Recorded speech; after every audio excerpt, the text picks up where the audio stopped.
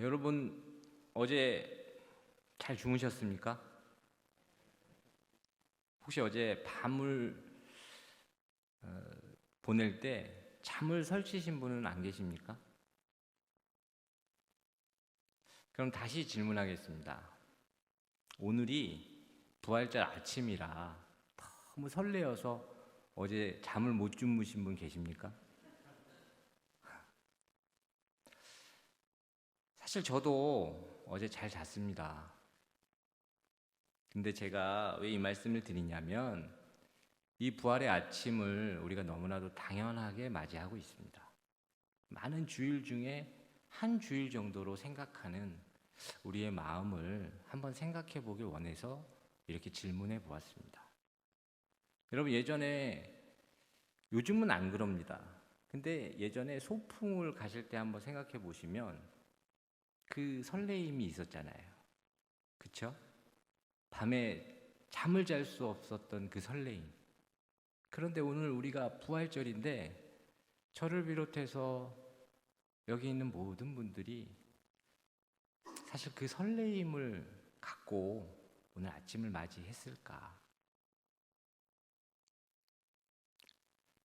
그렇다면 왜 그럴까요? 그 이유는 이 부활이 실체로 다가와야 설레는 겁니다. 그것이 그냥 단순히 머리로 알고 있었던 개념이 아니라 실체로 우리에게 다가와야 부활의 아침이 설레는 겁니다.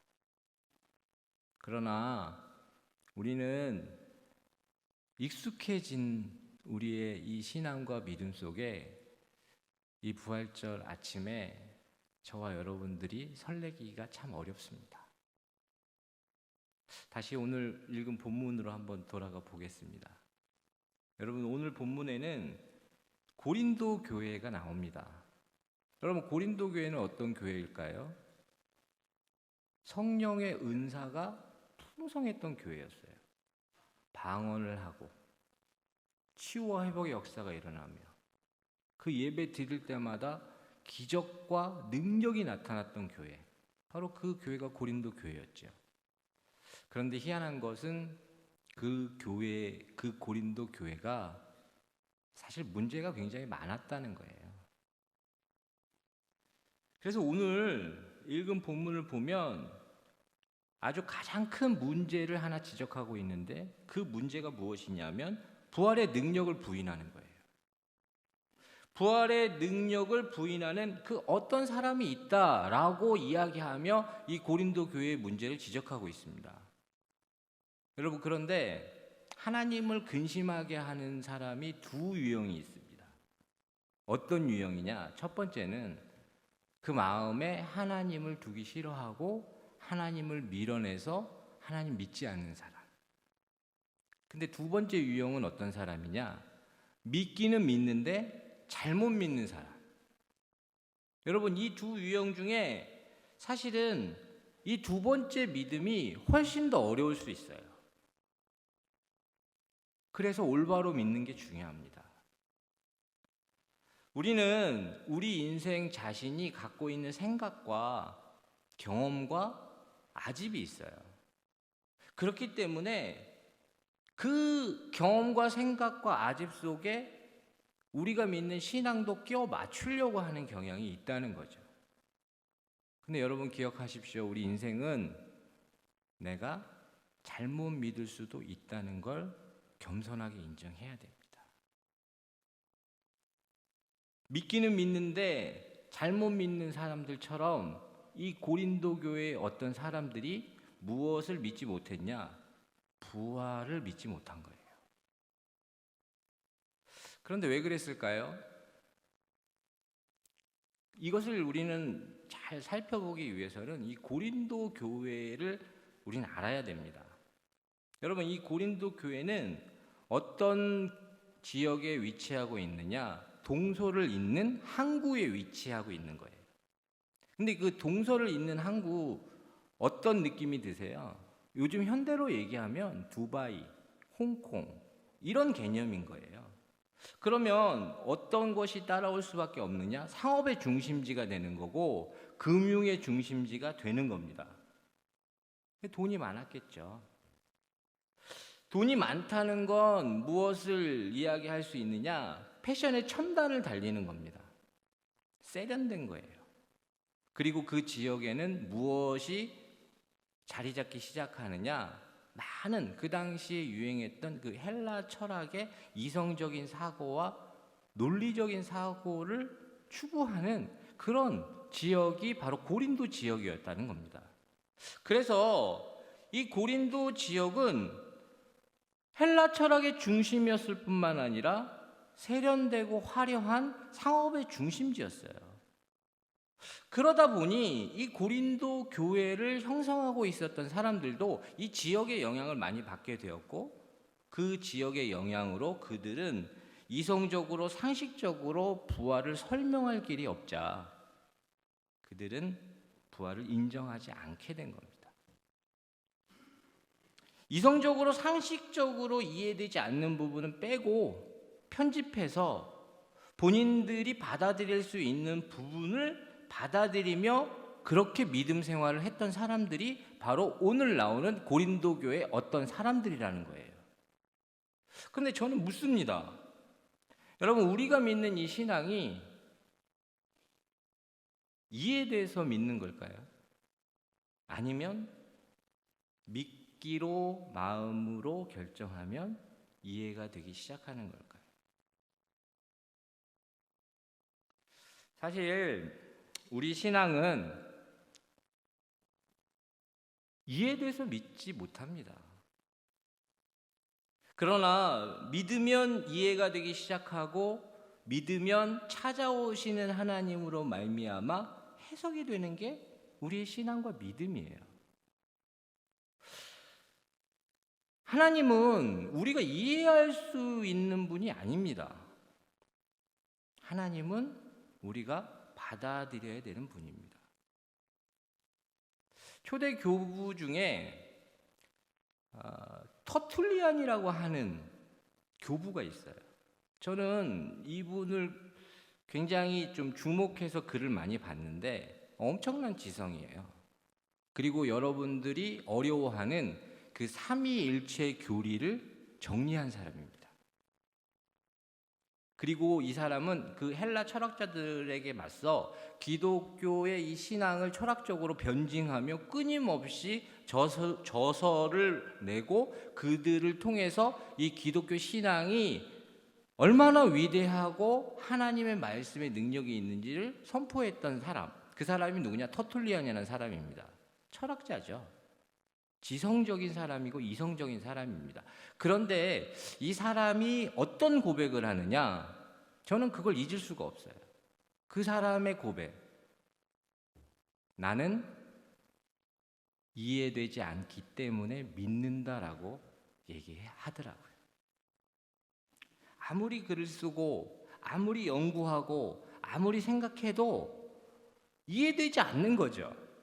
그래서 그가 그 지성을 가진 그 철학자가 고백하는 그 내용이 무엇이냐? 나는 이해되지 않기 때문에 믿는다예요. 여러분, 하나님을 우리는 그냥 받아들여야 되는 순간이 찾아올 때가 있습니다. 그때 하나님께서 우리에게 찾아오셔서 우리의 상식과 우리의 경험에 갇혀있는 우리의 내면에 그 하나님의 말씀으로 우리에게 믿어지는 은혜를 주시는 거예요. 그런데 저는 우리 마음속에 이 하나님이 찾아오시는 것을 이해하지 못하는 이 시대에 살아가고 있어요. 그래서 이 시대에 많은 지성들이 또 젊은 사람들이 무엇을 유행처럼 얘기한 적이 있었느냐? 신은 죽었다라는 얘기를 유행처럼 얘기한 적이 있습니다. 여러분, 신은 죽었다라고 얘기하며 그들이 하나님의 존재 자체를 부정하는 것이 마치 배운 사람이 할 수 있는 이야기다라고 얘기하며 그렇게 살아왔던 시대가 있었지요. 지금도 다르진 않습니다. 그런데 저는 묻습니다. 그 사람이 하나님이 없다 해서 하나님이 안 계신 겁니까? 여러분, 그 사람이 하나님이 안 계신다고 얘기하며 신은 죽었다라고 얘기했기 때문에 하나님이 안 계신 겁니까? 그게 아니라 그 마음에 하나님이 죽은 것뿐입니다. 그래서 성경은 무엇을 얘기하느냐? 어리석은 자는 그 마음에 이르기를 하나님은 없다 한다라고 얘기하고 있습니다. 그게 무엇이냐? 하나님이 없는 게 아니라 그 마음에 하나님이 없는 거예요. 그러면 저는 여기 계신 분들에게 조금 더 확대해서 질문하고 싶은 게 있습니다. 여러분은 하나님이 계신 걸 믿으시죠? 그러니까 여기 오셨죠. 그런데 하나님은 우리에게 어떤 질문을 하길 원하시냐면 너의 삶의 모든 영역에 하나님 된다고 믿느냐라고 묻습니다. 여러분 어떠십니까? 사실 우리는 우리 자신의 생각과 상식과 경험에 의존해서 내가 잘 믿고 있는 그 하나님의 영역이 있어요.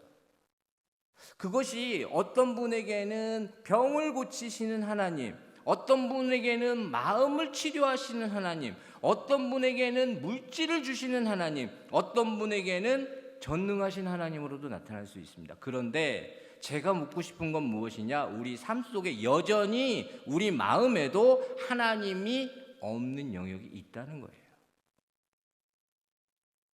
그럼 저는 묻습니다. 여러분의 마음에 하나님을 두지 못하는 영역이 있다 해서 하나님은 여러분 삶의 모든 영역에 하나님 되지 않습니까? 여러분, 우리의 마음에 인정하지 않아도 하나님은 여러분 삶의 모든 영역에 하나님 되시는 겁니다. 이것을 하나님께서는 우리가 고백하길 원하세요. 오늘 이 부활이 없다라고 얘기한 이 고린도 교회의 사람들이 부활이 없다 해서 부활이 없는 게 아닙니다. 이들이 인정하지 않는다 해서 부활이 없는 게 아니라 부활은 실체이나 그들 마음 가운데 부활이 없는 것일 뿐이라는 겁니다. 그래서 사도 바울이 이 고린도 교회의 사람들에게 어떻게 접근하냐? 아주 기가 막힌 방법으로 접근하는데 철학적이고 수사학적인 개념으로 그들이 얘기하는 그 헬라 철학적인 관점으로 접근하는 방법이 무엇이냐? 그래, 좋다. 너희들이 얘기한 대로 부활이 없다라고 가정해 보자라고 하며 이 본문이 오늘 쓰여진 거예요. 여러분, 오늘 우리에게도 사실은 우리 안에 그리고 우리 주변에 너무나도 소중한데 가까이 있고 당연하게 존재하기 때문에 이것을 인지하지 못하는 게 있어요. 여러분, 나라가 없으면 어떻게 될까요? 우리는 대한민국에 살고 있기 때문에 나라가 없는 것을 지금 이 시대의 사람들은 생각을 못하죠. 그런데 우리는 나라의 주권이 없었던 적이 있지 않습니까? 그리고 그 역사의 현장에 그것이 얼마나 비참하고 얼마나 힘든 것인지 우리는 알고 있잖아요. 마치 이것과 같이 우리 주변에 내 자신이 정말 사랑하는 그 가족 한 명을 떠올려 보십시오. 그 가족 한 명이 너무나도 내 주변에서 당연하게 자연스럽게 존재하고 있기 때문에 그 소중함을 모를 수는 있지만 만약에 그가 없다면, 그녀가 없다면 여러분 우리 삶은 어떻게 되었을까요? 그래서 사도 바울은 만약에 그것이 없다고 이야기할 때 그것이 더 분명하게 드러나는 사실을 알고 있었기 때문에 이렇게 접근을 하는 거예요. 그래서 첫 번째 무엇을 얘기하냐? 그래, 좋다. 너희들이 얘기한 대로 부활이 없다라고 해보자. 그러면 결과적으로 가장 먼저 부활이 없으면 사도 바울은 오늘 본문에서 예수 그리스도께서 부활하지 않으셨을 것이고 그렇다면 우리의 신앙이 헛되다라고 그렇게 이야기해주고 있어요. 여러분, 근데 왜 이렇게 얘기할까요? 그리스도께서 부활하지 않았다면 여러분, 그는 한 인간에 불과합니다. 만약에 그리스도께서 부활하지 않으셨다면 그는 한 인간에 불과하기 때문에 어떤 인간도 존경의 대상은 될 수 있으나 신앙의 대상은 될 수 없습니다. 그렇기 때문에 이 부활이 없다면 그리스도께서 부활하지 않으셨을 것이고, 그리스도께서 부활하지 않으셨다면 우리의 신앙이 헛되다라고 얘기를 하는 거예요. 우리의 믿음의 근거가 없는 겁니다. 오늘 이 교회의 존재의 이유가 무엇인지 아십니까? 부활하신 예수 그리스도를 증거하는 것이 이 교회의 존재 목적이에요. 그런데 이 부활하신 예수 그리스도가 부활하지 않았다면 여러분, 우리의 신앙은 헛된 겁니다. 사도 바울은 또 접근합니다. 그리스도께서 부활하지 않으셨다면 아직 우리가 죄 가운데 있을 수밖에 없다. 그렇다면 어떻게 되는가? 그리스도 안에서 잠든 자들도 다 망한 것이다 라고 그렇게 이야기해 줍니다. 여러분, 이 얘기가 왜 중요하냐? 만약에 우리가 아직 죄 가운데 그냥 있으면, 여러분, 죄의 싹슨 성경에서 무엇을 얘기하죠? 사망이에요. 죄의 결과로 찾아온 이 죽음. 그러나 그리스도께서 우리를 위해서 십자가를 지시고 죽음에서 부활하셨기 때문에 이 사망의 권세가 깨진 겁니다. 이 죽음의 권세가 무너진 거예요. 그래서 이 고린도전서 15장은 부활장이라고 하는데, 사망아 너의 승리한 것이 무엇이냐, 사망아 너의 쏘는 것이 무엇이냐라고 얘기하는 이유가 무엇이냐, 바로 그 부활의 생명이 이 사망을 집어삼키는 겁니다. 여러분, 근데 이게 왜 중요한지 아십니까? 이 능력이 없으면요, 우리가 믿는 신앙은 도덕에 불과합니다. 내 이웃을 내 몸같이 사랑하라. 거짓말하지 마라. 원수를 사랑해라. 여러분, 이 얘기는 그 어떤 곳에도 다 있는 얘기예요. 그런데 우리에게 능력이 되는 이유가 무엇이냐? 죄의 삭슨 사망인데 그 사망의 권세가 그 예수 그리스도의 부활로 인하여 삼켜버리는 겁니다. 생명이. 마치 아침이 밝으면 어둠이 사라지듯이 그 부활의 영광이 그 어둠의 권세를 사라지게 하는 거예요. 여러분, 이게 능력인 거예요. 그래서 사도 바울이 얘기하는 그 부활하지 않았다면, 부활이 없다면 그리스도 안에서 잠든 자들도 다 망한 것이라고 얘기를 하는 거죠. 저는 그리스도께서 부활하셨다면 이 죽음은 끝이 아니라 또 다른 시작이 되는 거예요. 그렇기 때문에 그리스도 안에서 죽은 자들이 망하지 않는 겁니다. 저는 이 죽음이 끝이 아니다라는 그 얘기를 할 때마다 꼭 한 분이 생각나는 분이 있어요. 그분이 누구냐 하면, 젊은 집사님으로 제가 처음 만났는데 동안이셔서 젊은 줄 알았어요.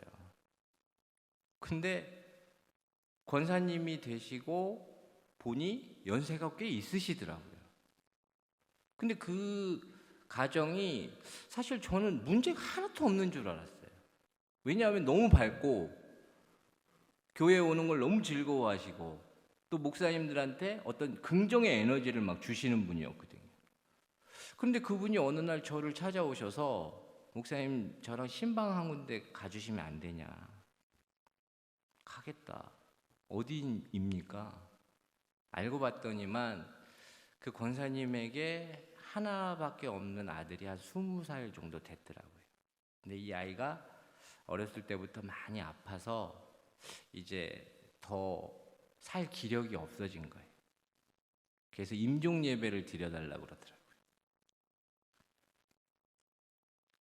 근데 제가 막상 가서 보니까 이게 어떻게 해야 되나 라는 생각이 드는 거죠. 그 20살 된 그 아들, 그리고 그 엄마. 근데 제가 무엇을 보았냐면 이 죽음이 끝이 아니라 또 다른 시작임을 확신했던 이유가 그 둘이 이별하는 모습을 봐서 그래요. 그 둘이 이별을 할 때 그 권사님이 너무나도 평안하게 이렇게 얘기하더라고요. 아들, 먼저 가 있어. 엄마 금방 갈 거야. 아들 괜찮아. 괜찮아. 우리는 하늘나라에서 다시 만날 수 있어. 그러면서 편안하게 그 아들을 쓰다듬며 그 마지막 보내는 그 모습을 제가 보았습니다. 그 아들도 엄마에게 환한 미소로 답하며 그 두 모녀가 이별을 하더라고요. 그때 제가 느꼈습니다. 이 죽음이 끝이 아니라 또 다른 시작임을 믿지 못한다면 과연 이 이별은 가능한 것인가? 여러분, 그건 불가능한 얘기예요. 만약에 다른 곳이었으면요, 목회자가 어디 서 있을 수가 없는 일입니다. 어떻게 서 있습니까? 그 마지막 이별의 그 순간에. 그러나 그 엄마와 그 아들이 편안하게 이별할 수 있었던 건 무엇이냐면 죽음이 끝이 아니라 또 다른 시작임을 그들이 믿고 있었기 때문에 가능한 겁니다. 저는 그런 의미에서 여러분의 죽음 또한 망하는 게 아니라 또 다른 시작임을 믿으실 수 있길 바랍니다. 여러분, 사도 바울은 마지막으로 그 부활이 없었다면, 그리스도께서 부활하지 않으셨다면 우리는 이 세상에서 가장 불쌍한 사람이다라고 얘기해 줍니다. 왜 그렇게 얘기했을까요?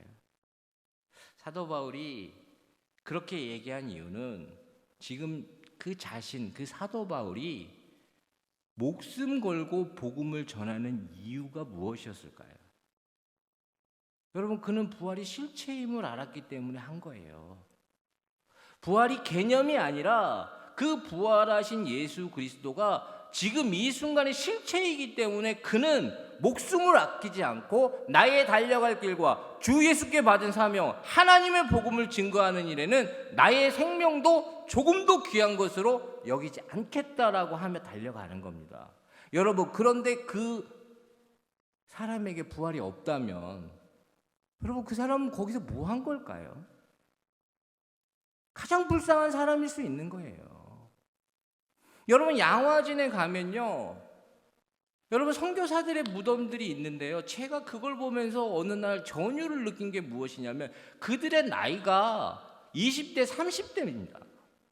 대부분 그 20대, 30대 그 청춘에 아무도 몰라주는 이 땅에 와서 여러분, 그렇게 땅에 묻힌 그 사람들은 뭘까요? 만약에 부활이 실체가 아니라면 과연 그 사람들은 이 세상에서 가장 불쌍한 사람일 겁니다. 여러분, 더 저를 전율하게 하는 건 무엇인지 아십니까? 그 사람들 옆에 아주 조그만 십자가들이 같이 묻혀 있어요. 이게 뭐지? 봤더니만 그 선교사들, 그 20대, 30대 되는 그 선교사들의 1살, 2살 되는 자녀들을 묻은 거예요. 여러분, 그들이 이 타지에 와서 알 수 없는 곳에서 자녀들을 그렇게 먼저 떠나보내면서까지 전하려고 했었던 이유가 무엇일까요? 부활이 실체이기 때문에 그런 겁니다. 여러분, 이 부활이 없다면 명심하십시오. 그리스도께서 부활하지 않으셨을 것이고, 그리스도께서 부활하지 않으셨다면 우리가 믿는 신앙은 헛된 겁니다.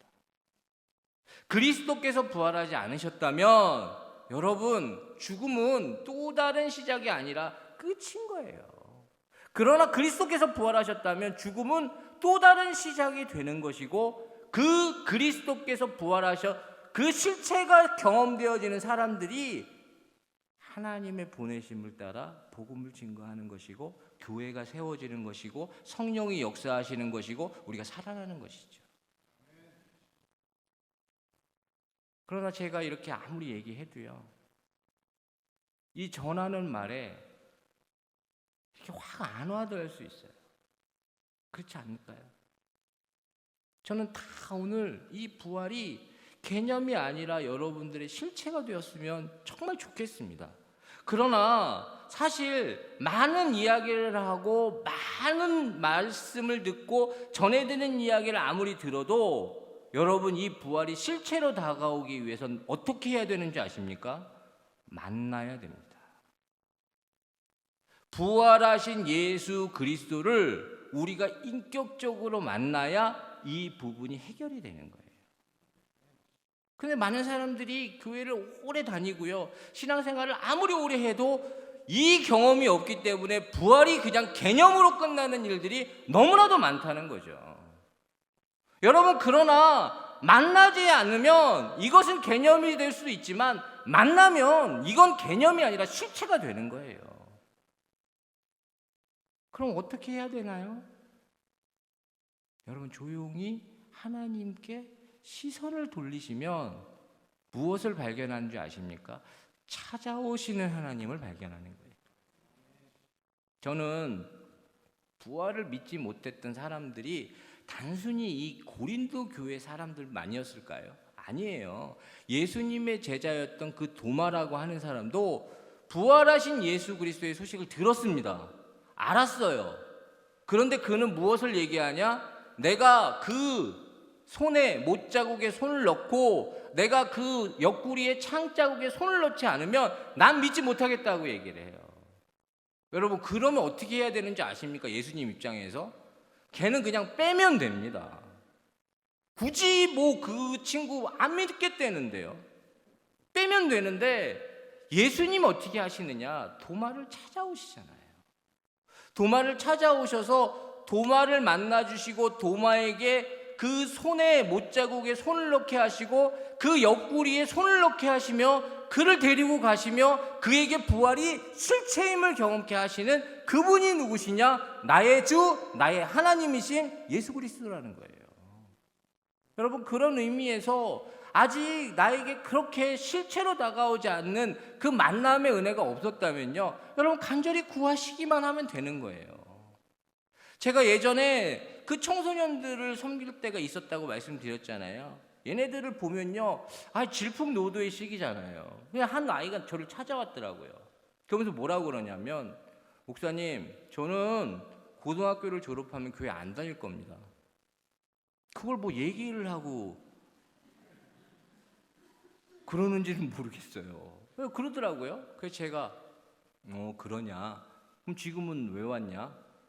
지금은 엄마 밑에서 먹고 살려고 내가 온 거지 왜 다른 의미는 없다고 그러더라고요. 그래서 제가 씩 웃으면서 얘기를 했습니다. 왜 그러냐?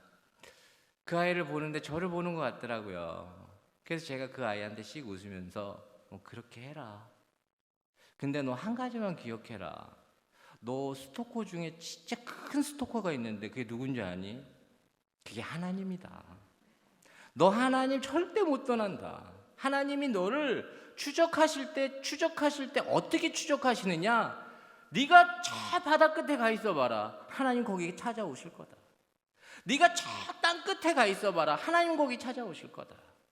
나는 확신한다. 너는 하나님 안에 거할 거다.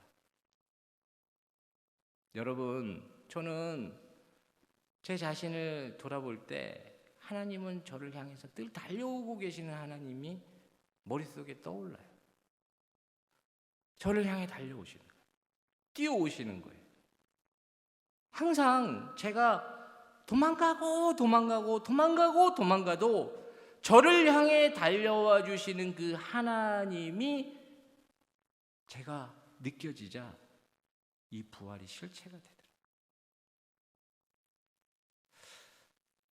여러분, 오늘 저희는 성찬식을 진행할 건데 여러분, 이 부활하신 예수 그리스도의 현현이 어떻게 다가오느냐? 이 성찬을 통해서 다가오는 거예요. 여러분, 이게 그냥 개념이 되면요, 이거는 그냥 예식이고 의례가 될 뿐이에요. 그러나 우리가 기도하고 추적하시고 달려와 주시는 하나님께 경험하길 원하고 간절히 원한다라고 마음에 소원하며 이 성찬을 받으면 어떻게 되느냐? 이 성찬이 실체가 되는 거예요.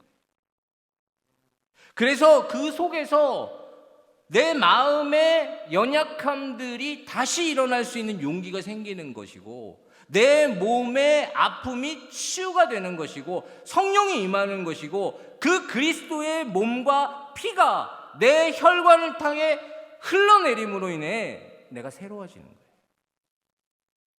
여러분, 마치 이 부활이 그런 것입니다. 개념으로 끝나면 얼마든지 끝나는 겁니다. 그냥 찬송가 몇 곡 부르고 가시면요, 이건 끝이에요. 그런데 우리를 찾아와 주시는 그 하나님, 우리를 추적하시고 어디든 우리를 향해 달려오시는 하나님을 만나길 원한다라는 간절한 마음의 소원이 있으면 여러분, 이게 실체가 되는 겁니다. 그리고 여러분이 그 부활의 능력을 소유할 수 있는 것이죠. 저는 그런 의미에서 오늘 우리에게 주신 이 말씀의 능력이 저와 여러분들에게 예수 그리스도로 인하여 능력으로 나타나길 축원합니다. 기도하겠습니다.